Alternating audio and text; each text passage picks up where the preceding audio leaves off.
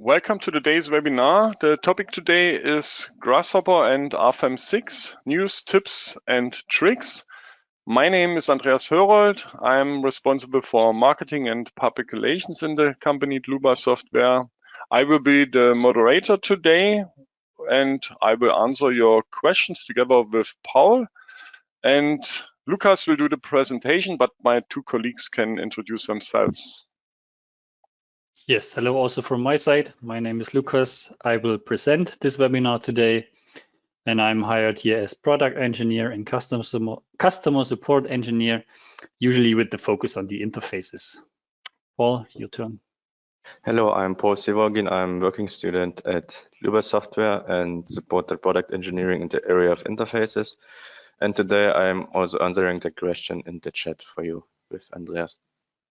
Okay, thank you for your introduction. And we can switch off our webcams that the attendees can see the full screen. I say some words how you can ask questions for the attendees who participate the first time. You can show or hide the control panel on the right side of your screen with that arrow here, and then you can enter the question here in that field, and we will answer you. If you don't get an answer during the webinar because there are too many, you will get an email after the webinar. The other way is to watch the entire webinar and then email questions to info@dlubal.com. Okay, that's all from my side. I hand over the screen to Lukas and he can start with his presentation. Lukas, it's your turn. Yeah, I can see your screen. Fine. Thank you. All right, thanks for the info. In previous webinars, I repeatedly shown examples in which I model a geometry in Grasshopper and then export it to Rfem via the plugin. However, our plugin has other functions that I would like to demonstrate today in short examples. It's not so much about modeling those examples live, it's more about describing the workflow.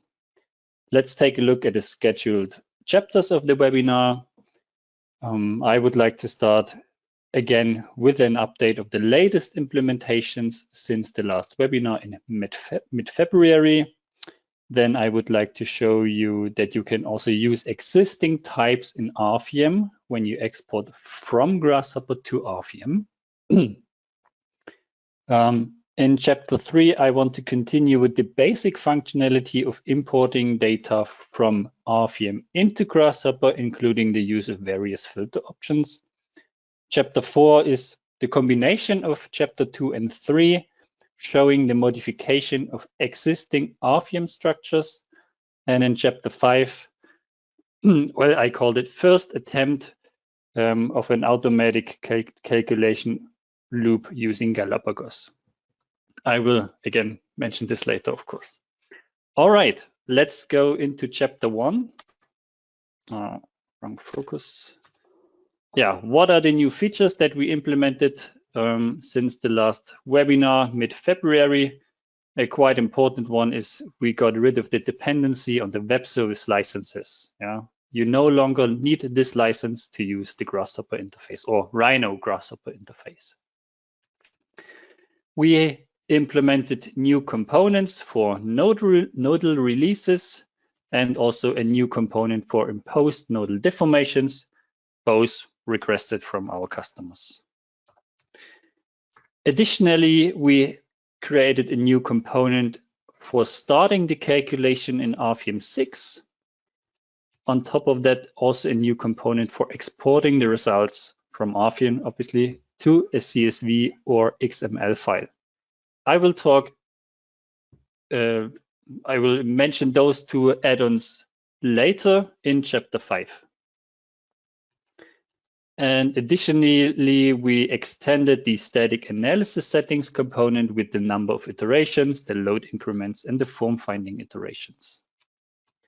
Last two changes, we extended the surface component. You can now control the local access system as well as the integrated objects via the new inputs here. And we also extended the member component with a simple function, the member rotation via surface.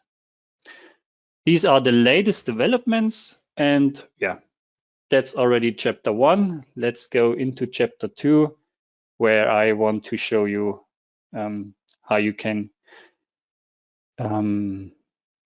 use Rfem objects when exporting from Grasshopper to Rfem. So what we need now is, of course, Grasshopper and Rfem, which is this. So we have Rfem on the right-hand side and Grasshopper on the left-hand side. How do I want to show it? Well, I want to show you first, in really just 1 minute or so, again, how the usual workflow is. Yeah, usually you would model a certain geometry via Grasshopper components. With these Grasshopper components here, with this algorithm, I created this small stadium here. You may remember it from a previous webinar. The lines and surfaces from this algorithm will then be connected to our Dlubal components for members and also for surfaces. And in those components, we then can assign the member and surface properties. Yeah, thickness of the surface, the material, hinges, supports, and so on. To do so, we also need to create these information first. So we need to create the material. We need to create the sections for the members, also the thicknesses. And when we have all those information here, we can send it to the export and create the Rfem structure based on it. This is what I will do now. This is the workflow that I showed in my previous webinars. Actually, this was not what I meant to do. Small tip, in the past, you had to open an Rfem file when you wanted to export from Grasshopper to Rfem. Yeah, it had to be opened. This is no longer required. You only have to assign a name here. So if you assign a name of the file that you want to create, then it will be automatically opened, which I did now here. Yeah, this is a new input basically. And if I run it now, it should work.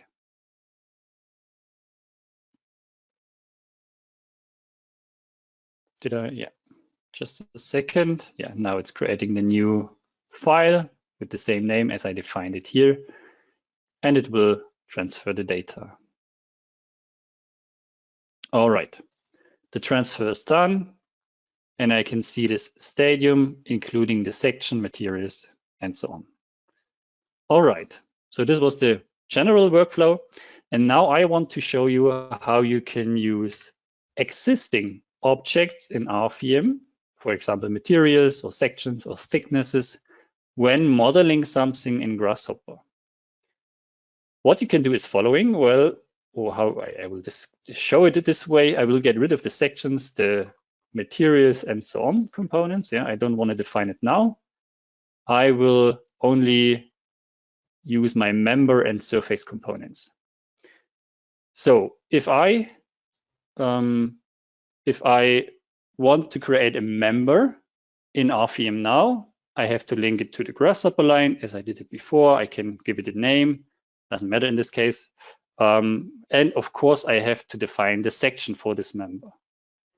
Now, because I do not want to use the section component, I have to assign it differently. And I can do it by defining the index number of the section in Rfem. Yeah, I have here now a small number slider, and I can assign the index number that we have here in front to this input. So the main beam of my stadium should be cross-section index number 1, which is an IPE 600. And I will quickly do it for all the member components. Just a second. We will assign the right index numbers for the columns. I want to use the same section for different beams. Section number 2, the IPE 140. Then I want to use also the IPE 400. For the cables, let's say this way, this section number 3, then this RB round bar 60. And for the coupling members in my roof, section number 4. Actually 5. All right, same logic applies to my surface component. I have to assign a thickness here, and it should be the index number 1. So far regarding that, I think it's quite easy to understand. You simply have to assign the index number of the object that you have in Rfem. Now, regarding the export, we have to take care of something because we can no longer use the override function as true. Because if I override that now and I run the export, it will remove all these information and then write it again into this file. But then the index number is not connected to any object here. So this is not how it's working. So I have to set the override to false. And now we do not override, we add information to the existing structure in Rfem. Let me run the export.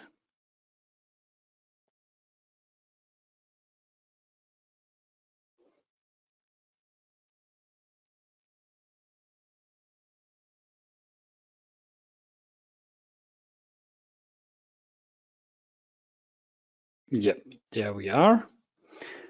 And wait. Yeah, okay. Now we have the same structure as before, yeah, all the cross sections, all the members and surfaces basically with the right cross sections. So this workflow is also working, yeah. I skipped the part of the definition of all these materials and sections and thicknesses in Grasshopper.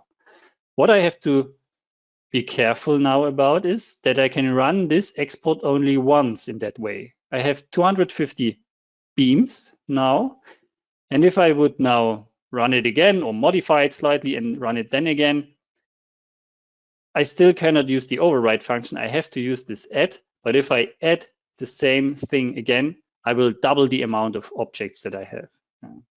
So we can wait a second and then we can see the result. All right.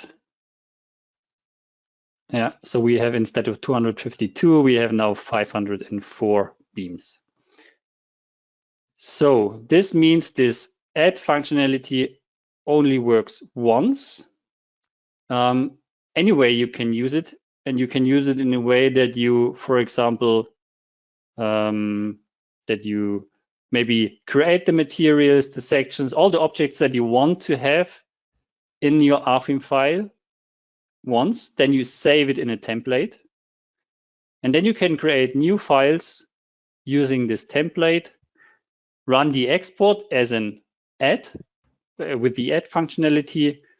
And then if you want to change something, you simply create a new file again, load the template again, everything is defined, and you can again use the same Grasshopper algorithm that you already have.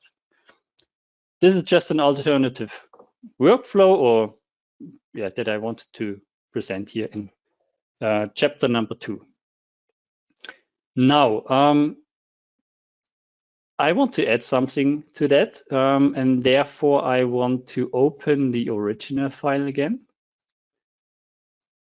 Yeah, where I defined sections and everything, and I will remove the member components and also most of the section components. I will only use the material component. I get rid of the index number for now. And what I want to show now is that you can also modify existing objects in Rfem. How can you do it?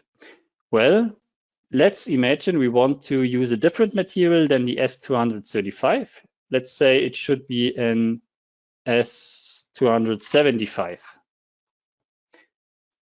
I have to switch it back to false, of course, otherwise I would remove everything and export just one material. But my goal is to modify the first material. Yeah? It should not be S235, it should be S275. If I run it like this without the index number, I will only export a new material. So this add functionality works in a way that when there is already something defined, it will create this new object on the end of the list, as we can see it here now. Again, this was not the goal. My goal was to modify material number 1. So to modify something, you have to assign the index number of the object and then you can modify it as you wish. So if I run the export now, I will modify index number 1, and it will,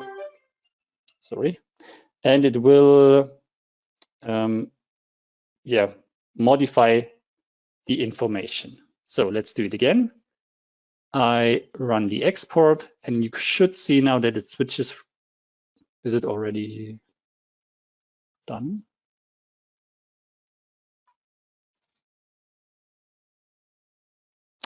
Wait, now I have it's already 275. Did I already do it? Now I got a call and was a bit distracted. So let's do it again, 235, let's say, just to see it. So I want to change this from S275 to 235. I run it again, and you can see the change. Yeah. All right. So you can also modify objects if you assign the index number to the object. Use this add functionality, and then modify the structure. This also works with all the components. Yeah, I showed it only for the materials now because it's quite easy to show it with that, but you can use it everywhere. And I will show it again in chapter number 4.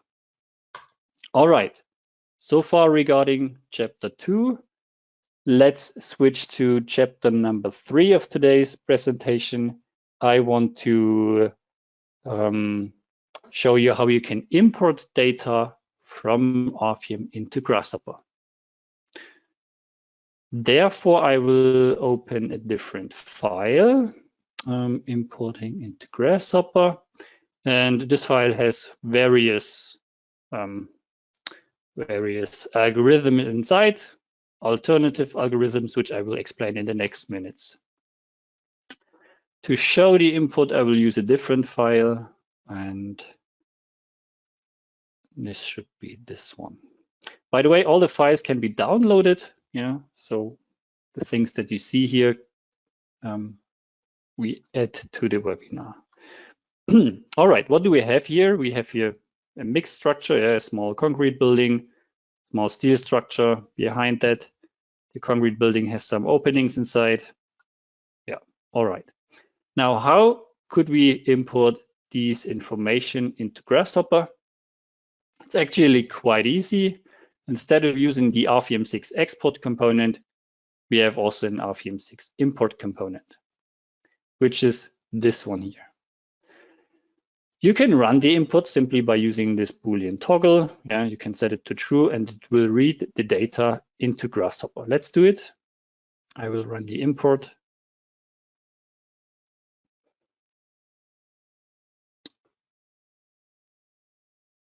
And it's done. I will leave it as true, otherwise my information will be lost again.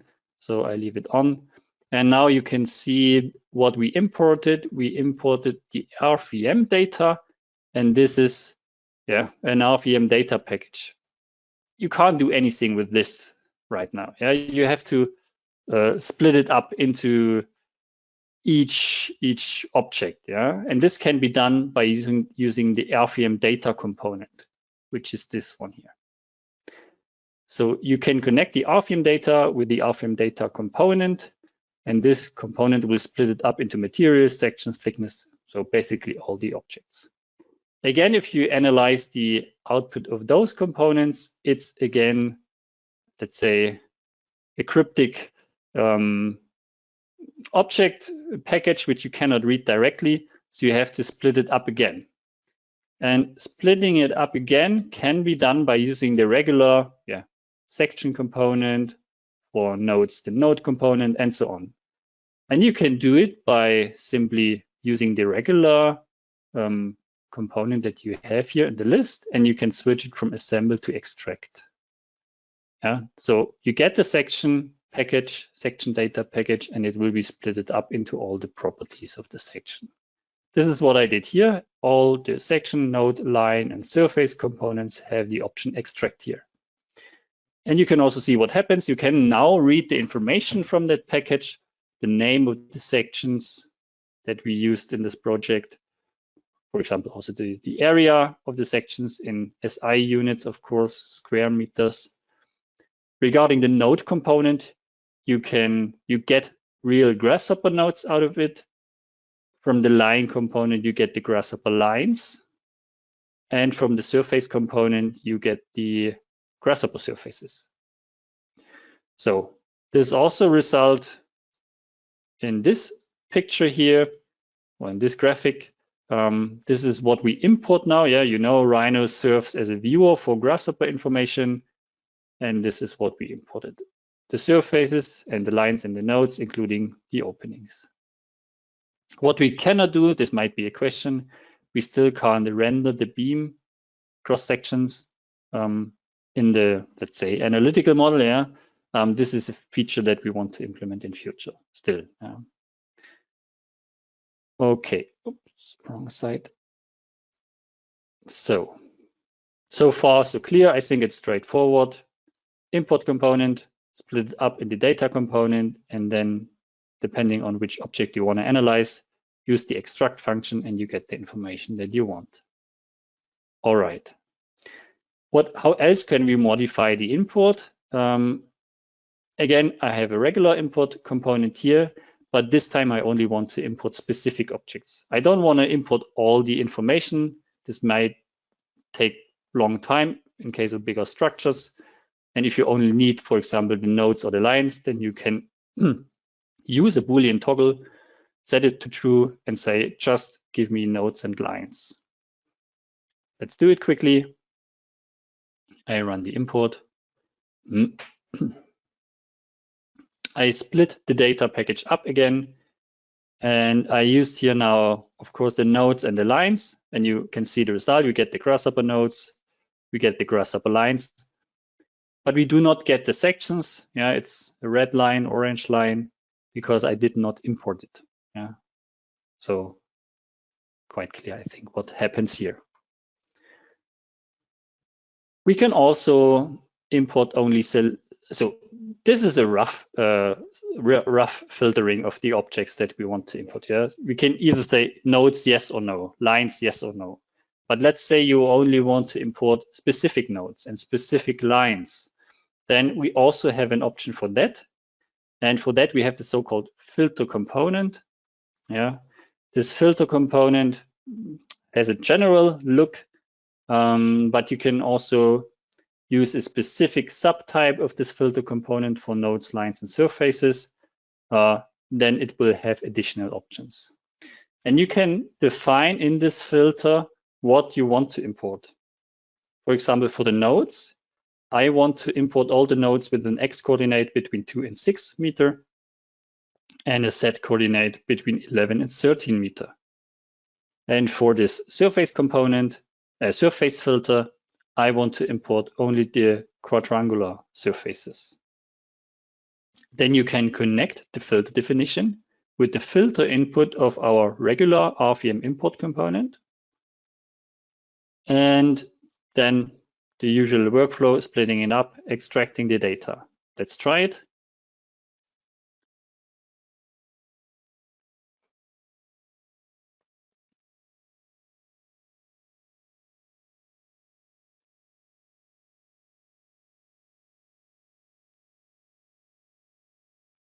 All right. So we get now here 3 Grasshopper nodes. Again, the x coordinate should be between 2 and 6, and the z between 11 and 13, which is fulfilled for these nodes. We got 1 surface with the type quadrangular, can only be this one. And we can also double check it, of course, by having a look at the Rhino viewer, yeah, 3 nodes and the quadrangular surface. So this could be an option to, so the filters can be used to import only very specific data into Grasshopper. The filters can also be used differently, not before the import, they can also be used afterwards. This is what I show in this small algorithm. Again, regular import component, we split the data up via the Rfem data component. And before we extract now the information from all nodes, we use the filters afterwards, yeah, basically. So let's again quickly run the import. Then we can also see the result directly. All right. So again, I'm extracting now, or I plan to extract the information from my nodes, but only from specific nodes. Here I have 100 imported nodes. With the filter, I filter most of them out. I only want the nodes within set coordinate between 11 and 13 meters. And this results in those 6 nodes. Yeah, basically the ones here on top. Same for surfaces. I can say I only want to import the surface index numbers between 3 and 8. And additionally, so this is an add, only surfaces with the geometry type plane. Surfaces with index number 3 to 8, well, we don't have 8, but never mind, we have 3 to 7. This would be all those surfaces now, but only geometry should be plane, so not the quadrangular surface. So these are the surfaces that I want to import. If you can quickly double check this, and you can see it here, the 6 nodes and the 4 surfaces. All right. So far regarding this, I think the import of objects from Rfem into Grasshopper is quite clear. You can use the Boolean toggle in general to control the amount of data, and the filters to really specify the information. Now, if you think of the chapter before where we modified an Rfem structure, we can combine both options now.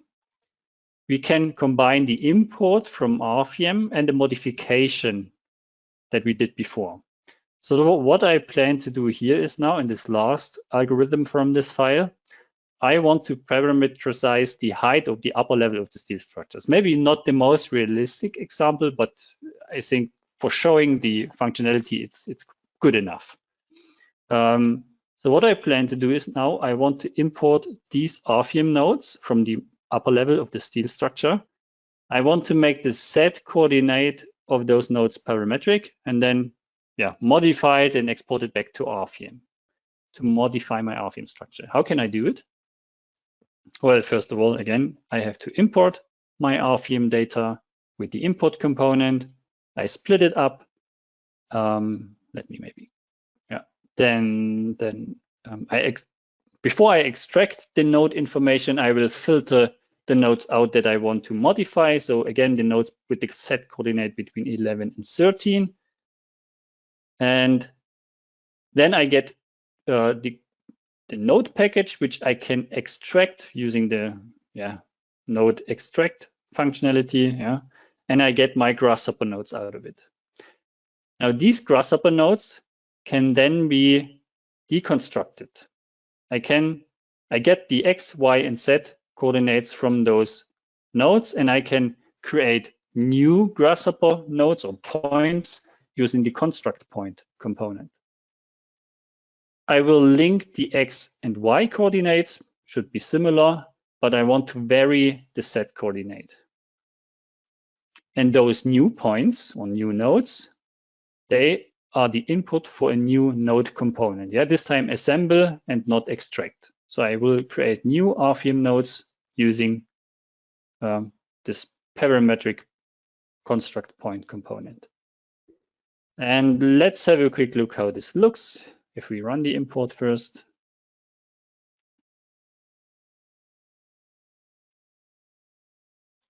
All right, so we get the Rfem objects, the 6 nodes, we split them up into these 6 Grasshopper nodes. And then I have here these 6 new nodes where I can modify the coordinates. Let's say 11, for example. Okay, now if I want to modify the Rfem structure that I have here, I have to set the override to false. By default, it's false. So basically, you wouldn't have to do what I do now. I just want to show it that you are aware again of this feature. Override should be false because I don't want to override my nodes. I basically want to modify them. So this is clear, false. But if I would only have these new nodes from this component into my node component without the node numbers assigned to it, then I would simply create new nodes within set coordinate equal to 11. So theoretically, I would add new nodes with a set coordinate 11.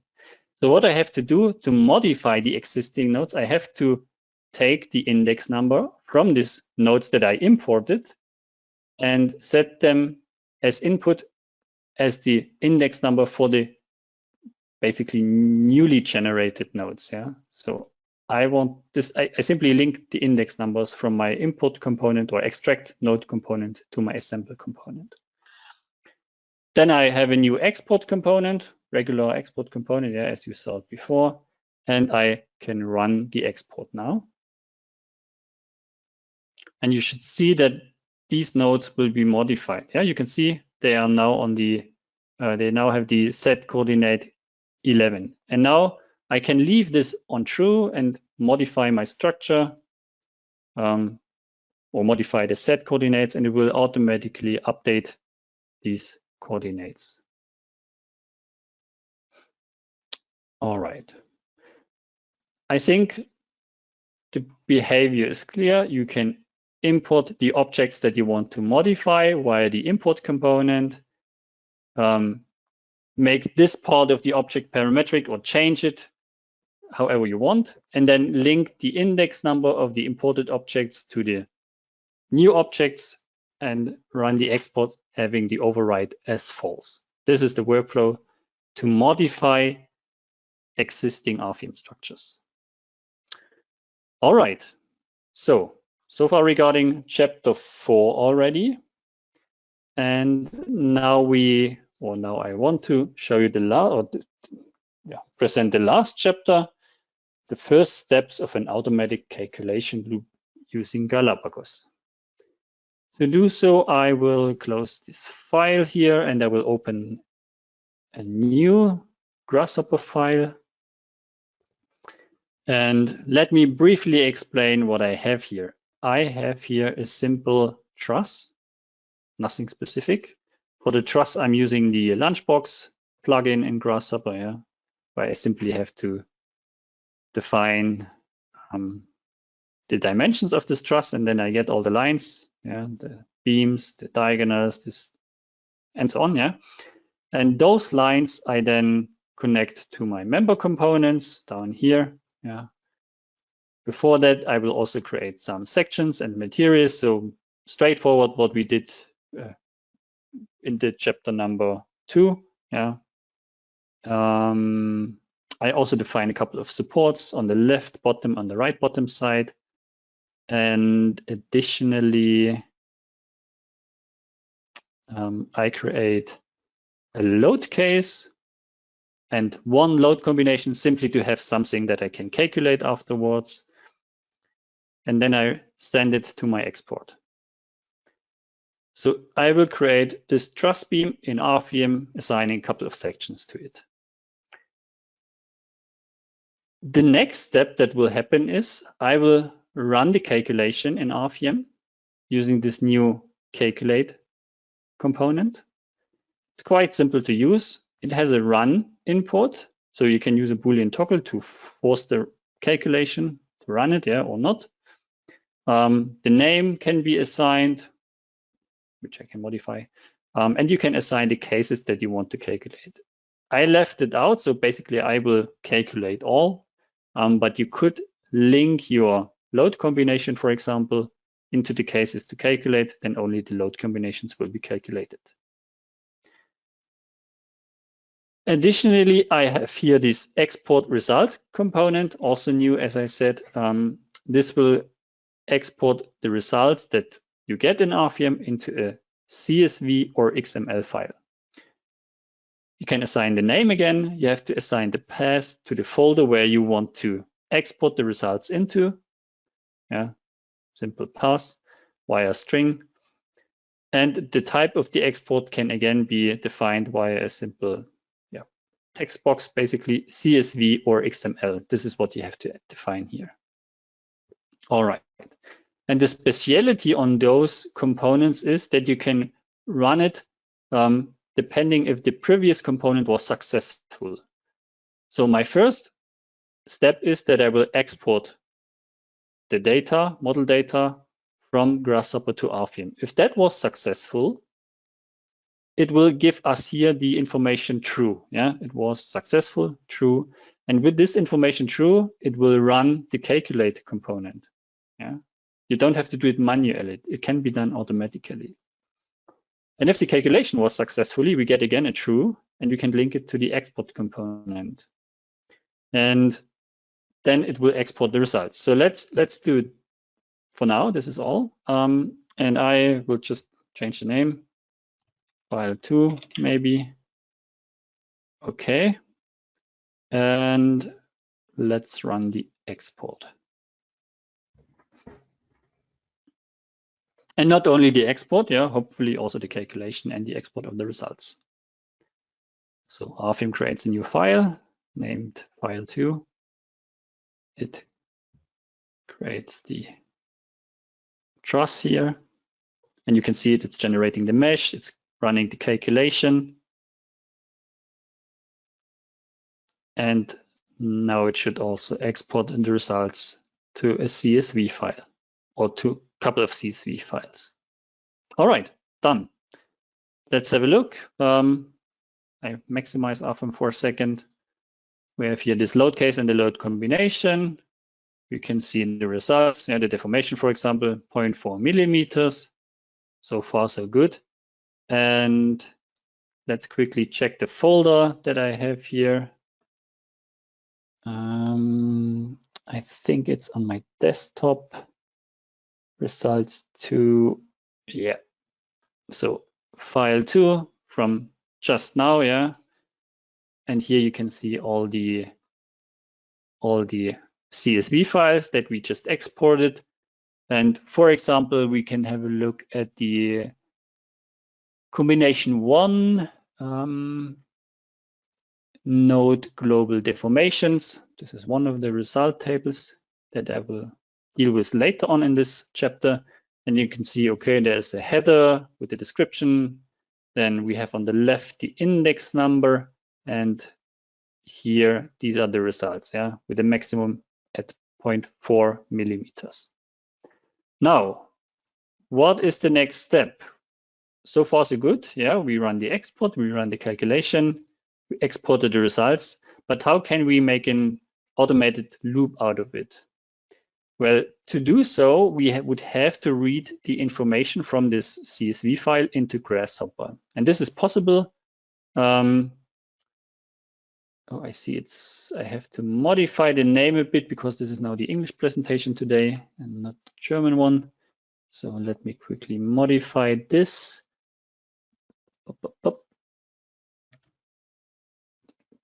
.csv, okay.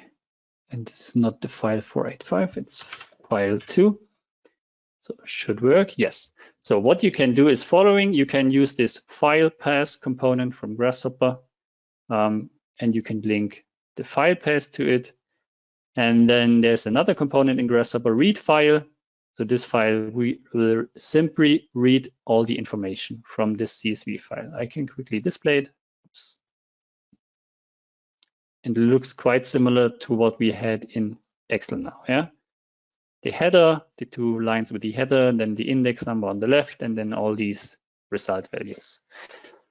To use it properly in Grasshopper, I would need 1 value per line. So what I will do first is I will get rid of the first 2 lines. I don't care about them, yeah? I don't care about the header. I know which value I want to use. So I'm using a split list component here, and I split the list with the index number 2. So I have now 1 list with the header, which I don't care about, and 1 list with all the remaining information from the CSV file. Now, as I said, I want to have all the values in 1 line and not multiple values in 1 line. So I can split the text. I can use this text split component. My trigger, let's say, is this semicolon, and then it will, see it here, it will give me for each line one value, which is already quite nice.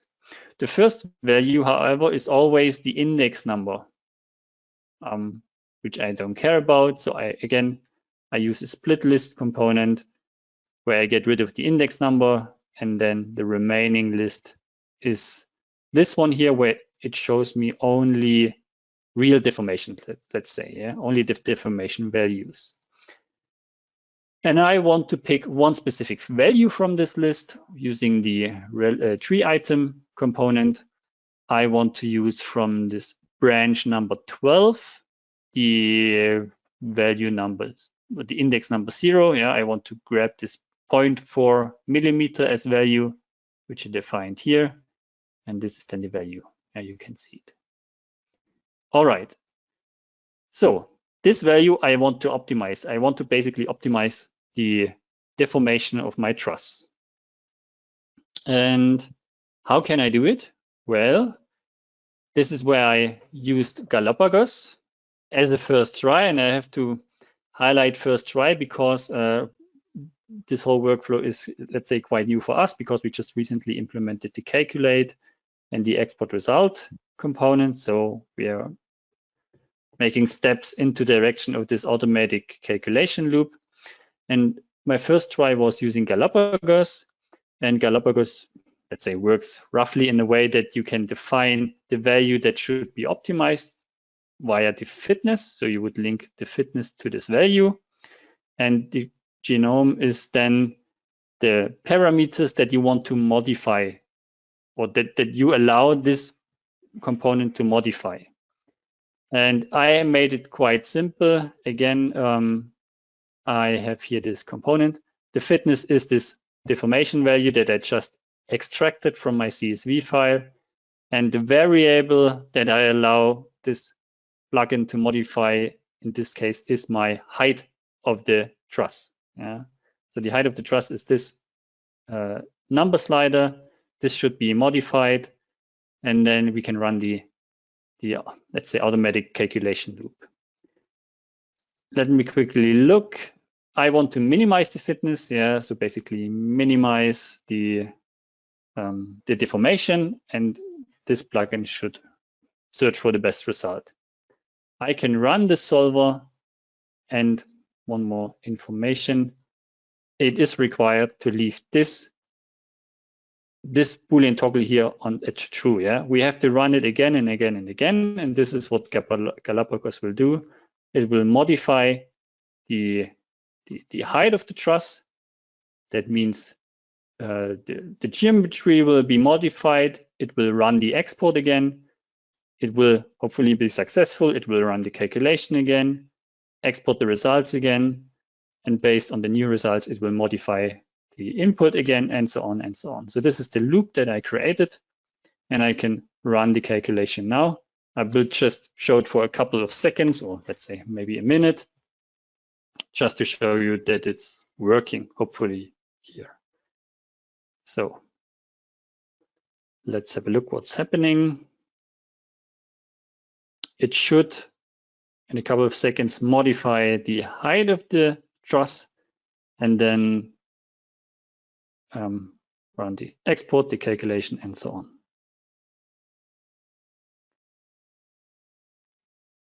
So right now it's calculating the structure again, exporting the results, and now it should do the first modification of the height. Let's see, yeah, there you go. This is the first thing that it will do, set the height to, I don't know, maybe 0.5 meter or so, and then do it again and again. I will wait one more cycle of it.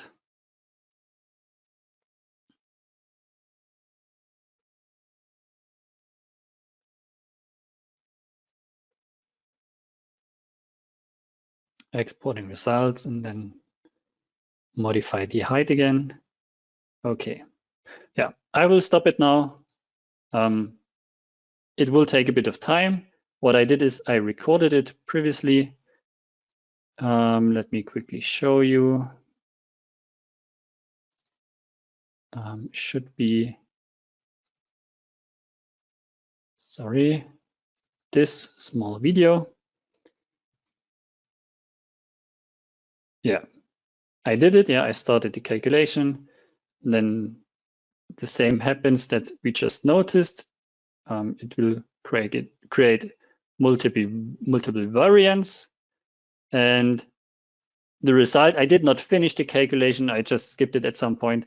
You get then the variance as an option on the bottom right. And you can click on this variant and say, please reinitiate this specific situation. So you can click on this variant where the result was 0.3 millimeters and say, give me the input data from this variant, and then you can call up exactly this situation in Grasshopper and basically also in Rfem. Or if you say, I want for some reason the structure where it was 0.5 millimeter, then you can click on this one, say initiate, and then you get the structure where it was 0.5 millimeter in the deformations. Yeah, so far regarding this chapter, again, it's also quite new for us. We try to find better examples for it. And of course, it only makes sense if you can relate it also to the design in Rfem. So what we have now is we can link it only to, let's say, analytical results, yeah, internal forces, deformations. It would be even better if we can link or if we can connect this automatic calculation to the design results of Rfem, yeah, steel design or timber design. But before we can do it, we have to extend our components a bit further. Yeah, we would have to, where's my Grasshopper? Never mind. We have to extend the member components with the information about steel design, yeah, equivalent member method, equivalent lengths, the general method. We would have to allow the input of timber related settings. And this is what we will do in future or the next weeks and months. And then I think this whole workflow makes even more sense. All right, so far regarding my presentation here, and I will hand it back to you, Andreas. Okay, thank you, Lukas, for this presentation. Yeah, we got a lot of questions and yeah, we answered the attendees. Before I will show you where you can find the recording and the files, let me give you a hint. If you want to book a free online presentation, or you would like to get a non-binding offer for our programs or add-ons, just contact our sales team with that link here, or you can scan that QR code. You can download all the PowerPoint files from our website. Let me show where you can find it. Just a moment. On our website, dlubal.com, and under news and events, you can find the webinars. You can see the webinars that we present or will present in the future, and the also recorded webinars. That's today's webinar. In the next days, you will get an email with a direct link to that page here, and then you will find the recording here.